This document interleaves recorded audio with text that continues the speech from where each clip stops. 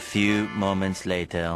Cewek ini namanya Eva W. Dia nggak pernah sikat gigi sampai dia SMA. Waktu dia kecil, gusinya kan gampang berdarah gitu. Dia sikat gigi terus gusinya berdarah. Dia jadi takut kan. Traumanya itu semakin diperparah ketika ibunya beli sikat gigi listrik gitu. Dia ngerasa pas memakai itu giginya kayak mau dibor gitu kayak di film horor. Sampai dia dibawa ke psikiater. Terus kata psikiaternya dia kena fobia gitu. Jadi dia nggak sikat gigi sampai dia SMA W. Ini dia dibawa ke dokter gigi. Giginya kan mau diperiksa pakai alat kayak bor-bor gitu kan. Dia makin takut. Pokoknya dia semakin fobia. Tapi semakin lama gusi dia tuh semakin parah, giginya semakin membusuk dan dia sering ngerasain sakit gigi dan mulutnya benar-benar bau. Karena mulutnya bau, dia jarang ngomong banget sama teman-temannya di sekolah. Dia kayak diem-diem aja, senyum kan. Karena hal itu dia jadi idaman para cowok karena dia udah cantik, pendiam, jarang ngomong. Cowok jadi penasaran kan sama dia. Suatu hari dia direkrut sama grup terkenal di sekolah gitu kan buat gabung jadi gengnya. Karena dia kan cantik dan juga kaya. Ya udah mau lah dia kan gabung lah sama mereka. Karena dia terlalu senang, dia lupa kalau mulutnya kan bau. Dia ngomong sebanyak-banyaknya dan teman-temannya pada tutup hidung gini kan, terus malah ngetawain dia. Dan part 2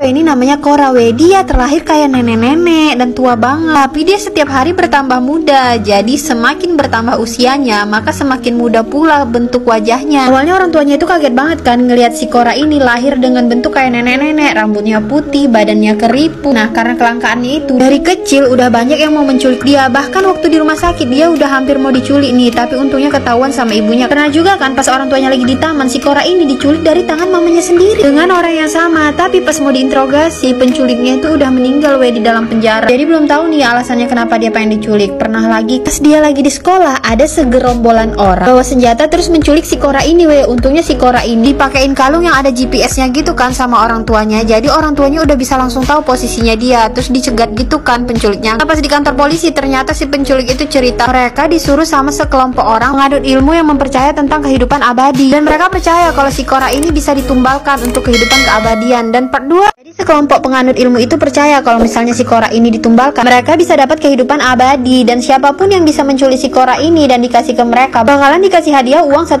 miliar. Untungnya si Cora ini nggak jadi diculik kan. Kasian banget sih nasibnya, udah sering diculik, di sekolah juga sering dibully. Dia nggak punya teman karena bentukannya kan kayak nenek-nenek gitu. Mereka nggak mau temenan sama dia. Karena semua itu akhirnya orang tuanya memutuskan untuk pindah rumah dan berharap di tempat yang baru si Cora ini aman dari penculik. Dan dia punya teman-teman baru kan. Nah, pindah rumah lah dia. Sebelum masuk sekolah, si Cora ini dioperasi plastik sama orang tuanya. Tapi cuma di bagian muka aja kan, dan bagian tangannya itu kan masih keriput. Jadi dia pakai sarung tangan sambil menunggu kulitnya mudah kembali kan. Karena kan si Cora ini semakin lama semakin muda, bukan semakin tua. Di tempat tinggal yang baru dia sekarang udah punya temen kan dia juga udah aman dari penculik. Tapi dia masih trauma, kayak setiap orang nengokin dia ngerasa pengen diculik. Seiring berjalannya waktu, umur dia kan semakin tua, tapi sekarang bentukan dia udah muda rambutnya hitam, kulitnya kencang, gak keriput lagi. Karena ya gitu, dia tuh setiap hari semakin muda. Kalian mau nggak kayak dia kakek ini lagi beli kelelawar kan di pasar. Nah, tanpa dia sadari dia nyolek matanya, tapi masih ada darah si kelelawar tersebut. Keesokan harinya kakeknya ini jadi demam-demam gitu. Si anak ini disuruh manggil perawat. Pas sampai di rumah kakeknya udah meninggal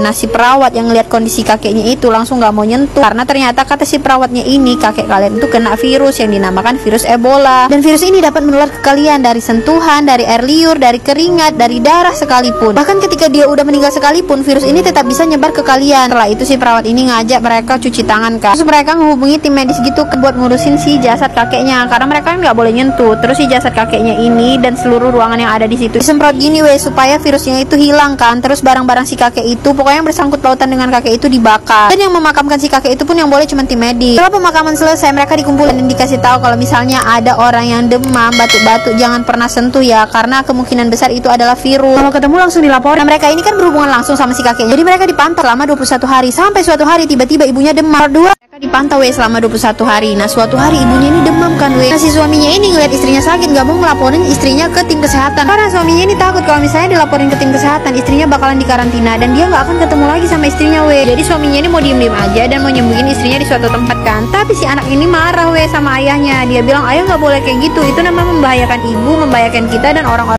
Punya channel YouTube tapi nggak ada subscribernya karena kontennya biasa aja kan. Sampai suatu hari dia ngeliat ada cewek yang subscribernya banyak banget kan, karena dia punya kekuatan api gitu. Dia jadi kepikiran, aduh aku harus punya kekuatan supaya aku viral dan banyak subscriber. Karena dia jago berenang, dia jadi teringat, apa aku pura-pura jadi Putri Duyung aja ya. Ya udah akhirnya dia buat channel baru kan. Terus di channelnya itu dia mengaku kalau dia adalah seorang Putri Duyung. Katanya dia kalau kena air berubah jadi Putri Duyung, tapi kalau di darat dia seperti manusia biasa. Viral tuh videonya. Nah, keesokan harinya ada program acara TV datang ke rumahnya kan, dan nawarin dia buat tampil di acara TV tersebut. Nah dia langsung mengiyakan karena yang ada di pikirannya adalah viral.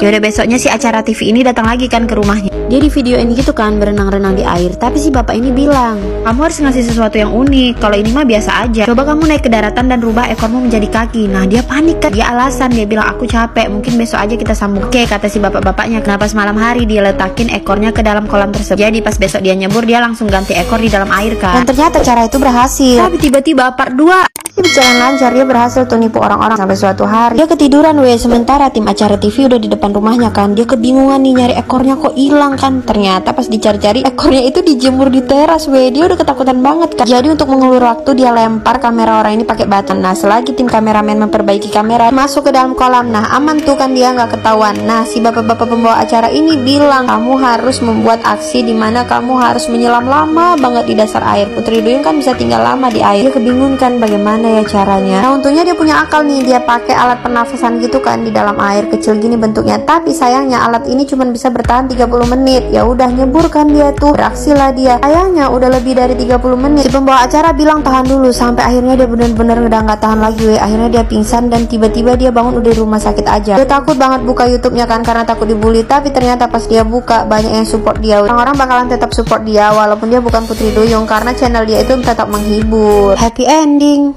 Cewek ini namanya Elina dia punya orang tua yang normal. Nah orang tuanya ini tinggal di desa gitu kan. Mereka udah nikah tapi nggak punya anak juga. Karena nggak sabar ibunya ini pergi ke dukun gitu kan, minta bantuan supaya hamil. Dan bener dong ibunya ini bisa hamil. Orang tuanya ini udah senang karena kan udah lama banget mereka nggak punya anak. Karena ibunya tinggal di desa kecil banget kan, jadi ibunya nggak pernah US. Sampai nih waktunya lahiran kan, ayahnya kaget banget ngelihat anaknya kepalanya 2 gini. Di situ ayahnya benar-benar marah sama ibunya dan nyalahin ibunya kan. Katanya ini salahmu, pasti karena kau pergi ke dukun kemarin. Semenjak saat itu ayahnya pergi ninggalin mereka. Jadi ibunya ini sendirian ngebesarin mereka kan. Mereka itu punya semuanya itu satu, kepalanya aja yang 2, organ tubuhnya itu satu. Mereka memiliki 2 kepala, jadi mereka memiliki 2 pemikiran yang berbeda. Satu suka musik, satu suka melukis. Mereka benar-benar berbakat sampai lukisan dan musik mereka itu bisa dijual sama gurunya dan menghasilkan uang. Lumayan kan bisa bantuin orang tua. Nah mereka juga memiliki tipe cowok yang berbeda. Sampai suatu hari mereka jatuh cinta sama seorang cowok. Dan part 2,